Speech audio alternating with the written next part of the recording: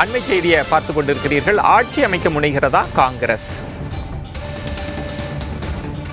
பாட்னாவில் முதல்வர் நிதிஷ்குமார் தலைமையில் ஐக்கிய ஜனதா தளம் ஆலோசனை செய்து கொண்டிருப்பதாக செய்தி வந்திருக்கிறது. அதுதான் அண்மை செய்தியாக பார்க்கிறீர்கள். பீகாரில் மொத்தமுள்ள 40 தொகுதிகளில் ஐக்கிய ஜனதா தளம் 14 இடங்களில் முன்னிலை பெற்றிருக்கிறது. ஆட்சி அமைக்கக்கூடிய முனைப்பில் இருக்கிறதா காங்கிரஸ் என்கிற கேள்வி இப்போது எழுந்திருக்கிறது. ஆந்திராவில் தெலுங்கு தேசம் கட்சி 16 தொகுதிகளில் முன்னிலை வகிக்கிறது.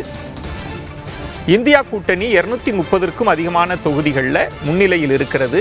இந்த நிலையில் ஆட்சி அமைக்கக்கூடிய வாய்ப்புகள் இருக்கிறதா? பாஜக கூட்டணியில் உள்ள கட்சிகளுடன் பேச்சுவார்த்தை நடத்தக்கூடிய ஒரு நகர்வை எடுக்கலாமா என்கிற முனைப்பில் இருப்பதாக தகவல்கள் வெளியாகி இருக்கின்றன. அந்த அண்மை செய்தியை தான் நீங்கள் பார்த்துக் கொண்டிருக்கிறீர்கள்.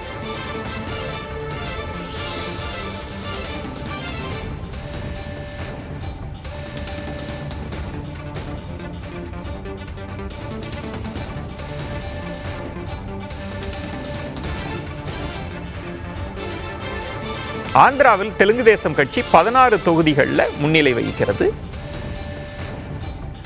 இந்தியா கூட்டணி 230க்கும் அதிகமான தொகுதிகளில் முன்னிலையில் உள்ளதால் ஆட்சி அமைக்க முனைப்பு காட்டுகிறதா என்கிற கேள்வி இருக்கிறது.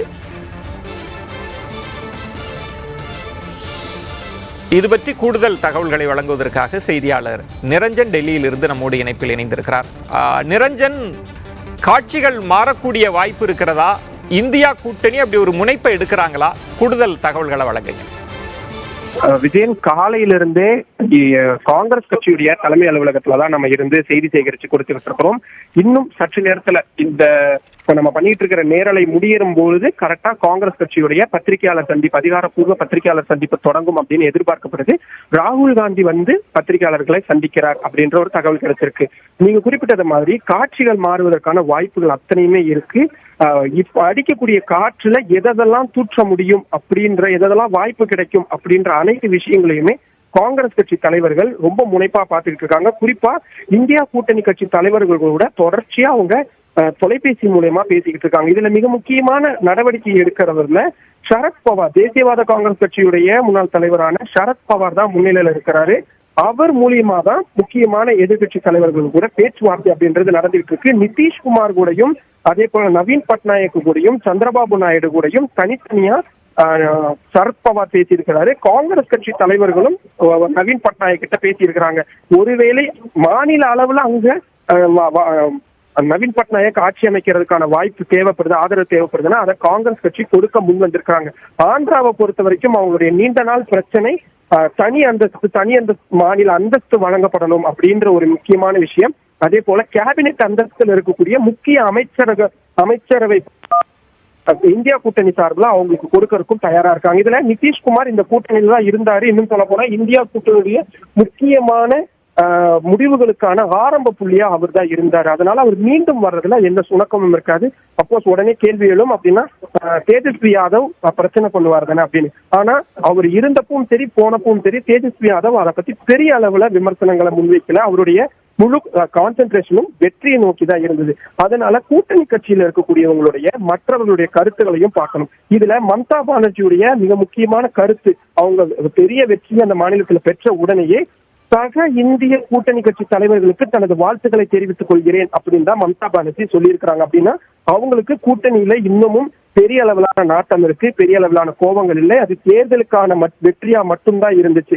அவங்களுடைய நிலைப்பாடு முதல்ல இருந்தே அப்படிதான் இருந்துச்சு. வெற்றி பெறுவோம், அதுக்கப்புறமா மற்றதெல்லாம் பேசுவோம் அப்படின்றதான் அவங்க தொடர்ச்சியா சொல்லிக்கிட்டு இருந்தாங்க. இப்போ காங்கிரஸ் கட்சி யார் யாரெல்லாம் இணைத்தா தேர்தல்ல இந்த முறை ஆட்சி அமைக்க முடியும், ஏன்னா அந்த மேஜிக் நம்பர்ஸுக்கு அவங்களுக்கு ஒரு 35 ல இருந்து 40 நம்பர்கள் தான் அவங்களுக்கு கம்மியா இருக்கு. பிஜேடி இனிமேட்டு ஒடிஷாவில் பாஜக கூட இருக்க மாட்டாங்க, ஆதரவு தெரிவிக்க மாட்டாங்கன்னு தெரியுது. வெளியில இருந்து ஆதரவு தெரிவிக்கிறதா இல்ல உள்ள அமைச்சரவையில் இடம் பெறதா, இந்த மாதிரியான ஒரு நீண்ட ஒரு டாக்ஸ் அப்படின்றது காங்கிரஸ் கட்சி சார்பா முன்னெடுக்க தொடங்கி இருக்கிறது நம்மளால பார்க்க முடியுது. நீங்க கேட்கக்கூடிய மற்ற அனைத்து கேள்விகளும் இங்க இருந்து டெல்லியுடைய காங்கிரஸ் கட்சியுடைய தலைமை அலுவலகத்தில இருந்து பத்திரிகையாளர்களும் கேட்கறதுக்கு தயாரான நிலையில இருக்கிறோம். நிறைய கேள்விகளுக்கான பதில் கிடைக்கும். அதுல இவங்களுடைய ஐடியா, இவங்களுடைய முனைப்பு அடுத்த வகையில எப்படி இருக்கு அப்படின்றத நம்மளால முழுமையா தெரிஞ்சுக்க முடியும். ஆனா ஒரு மிக முக்கியமான வாய்ப்பு கிடைச்சிருக்கு. அந்த வாய்ப்பை ஒற்றுமையா சேர்ந்து எப்படியாவது தக்க வைக்கணும் அப்படின்றதுல காங்கிரஸ் கட்சியினர் ரொம்ப தீவிரமா இருக்கிறத காலையில இருந்து நம்ம இங்க இருந்து பார்க்கும் பொழுதே தெரியுது. இப்பதான் முன்னணி தலைவர்கள் ஒவ்வொருவரா அலுவலகத்துக்கு வர தொடங்கி இருக்கிறாங்க. இனி நாளையில இருந்தோ இல்ல இன்னைக்கு மாலையில இருந்தோ கூட அந்த பேச்சுவார்த்தைக்கான விஷயங்கள் தொடங்கும். இதுல இன்னும் ரொம்ப முக்கியமான விஷயம், இன்னைக்கு இரவு மல்லிகார்ஜுன கார்கே தலைமையில இந்திய கூட்டணி கட்சியுடைய முக்கிய தலைவர்களுடைய ஆலோசனை கூட்டம் நடக்க போகுது. விவாதங்கள் தொடரும்.